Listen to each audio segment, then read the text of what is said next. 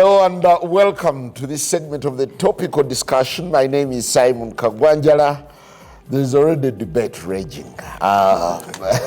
In the midst of this political frenzy as campaigns kick off, one of the key things to look out for are the manifestos of all the candidates. What are they presenting? What is their promise?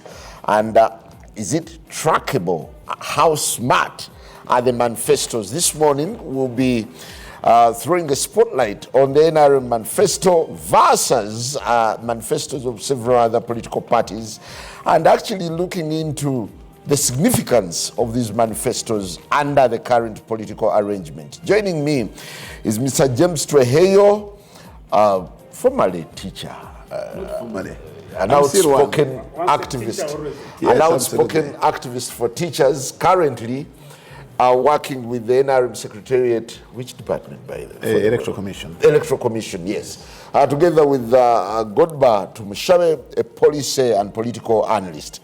Good to have you both and a very good morning. Yesterday we saw a colorful launch versus a mass launch. Two manifestos were launched on the same day. President Museveni launched his at Munyonyo, and Honorable Robert Chagulanyi launched his at a campaign rally in Busoga. What was so remarkable about President Museveni's manifesto? Or it's just one of those rituals? It is not a ritual. You know, a manifesto is a commitment. It's a contract between a leader or the leadership and the people who are supposed to be led. And therefore, you have to commit and show what you should do, what you will do, and even be fair enough to say, this one I should have done, I didn't do, the reason is this, and this time around, I'm going to get it done. Okay. Was there accountability yesterday? I listened in and it was devoid of, we should have done this. It was more of, we have done this, and it's tracking the journey of NRM from 1986 to date. You know, the president and the chairman of the party is a realist. He's real. He doesn't simply say, we're going to do this. No, he looks at real things, looks at the realities, and says, this is what we shall do, and this is what you should have done, but we didn't do. For example, let me give you a quick example.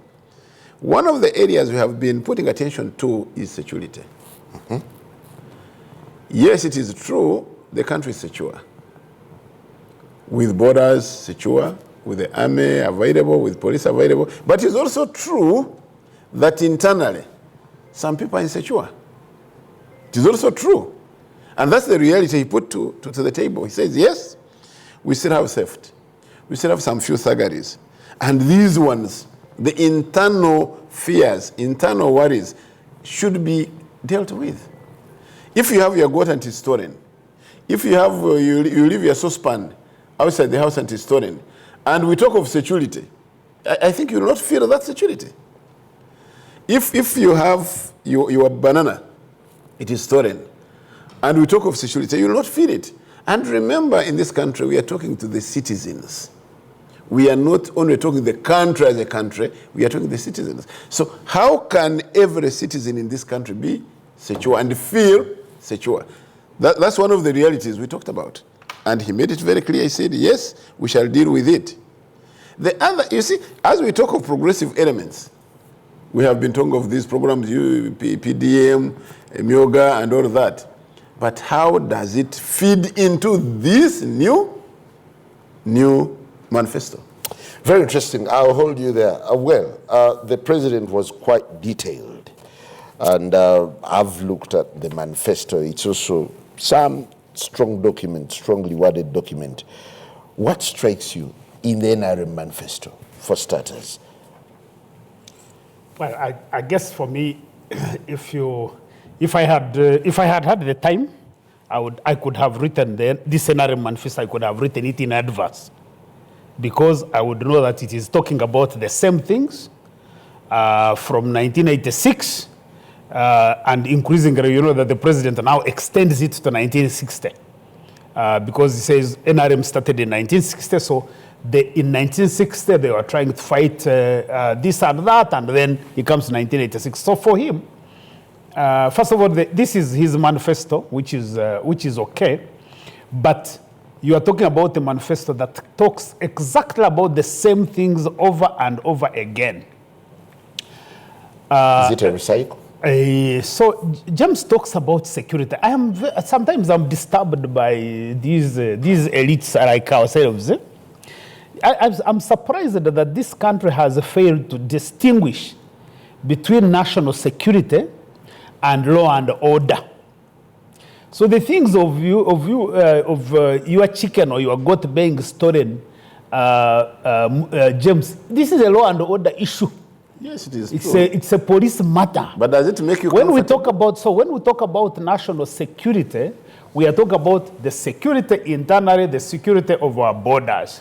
So the people in this country who have been kidnapped right, left, and center, the guys who disappear, and they appear before the courts or in the police after 1 week, after 2 weeks, after 1 month, the guys who are still disappeared, who have or still disappeared, because I remember the other day this Prime Minister Nabanja saying that they are the ones who have Chibarama, whom everybody has been saying he disappeared.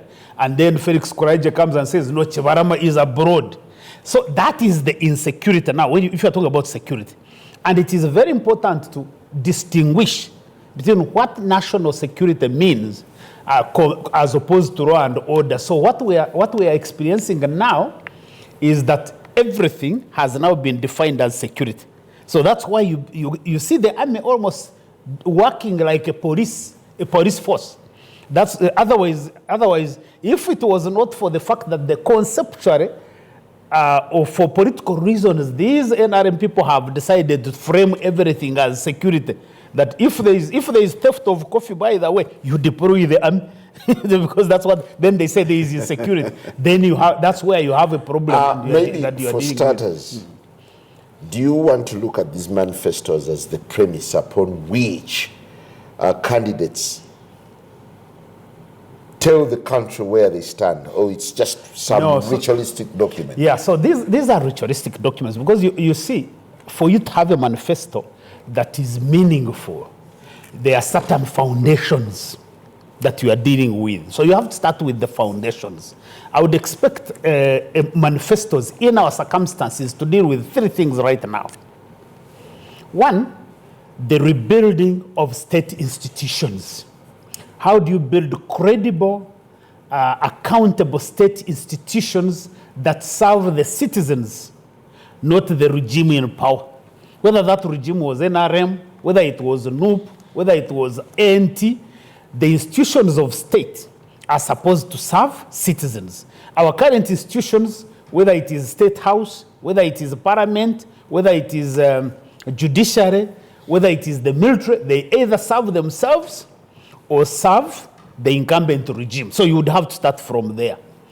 Number 2 is how to get an economy that works for everybody. Because economic empowerment is what really builds citizenship and enfranchised citizenry. So when you go to the NRM manifesto and you find all these strange things, yoga, or blah, blah, blah, all kinds of stuff. These are things they have done for ages. Is it mere literature? No, this is literature because you have to be seen doing something, but what I'm saying is that the foundations of a manifesto. You said first rebuilding state institutions of state. Building an economy, the foundations of an economy that works for everybody. Yeah? Mm-hmm. I think the third point for me, where I agree with President Museveni, is the whole issue of strategic security. You have to be able to articulate an agenda that presses, that secures Uganda's strategic position, secures us nationally, but also as positions us within the region in terms of strategic security. So in other words, these 3 are foundational. And these are supposed to be non-partisan issues. So in other words, if you don't have these, which I think we don't have now, we need to be able to start from there, and then we can go to these things of, hey, I'm going to build a road here, a school there, an irrigation scheme. All that brick and mortar stuff is really for me secondary. By the way, I should add the fourth one, which is human capital.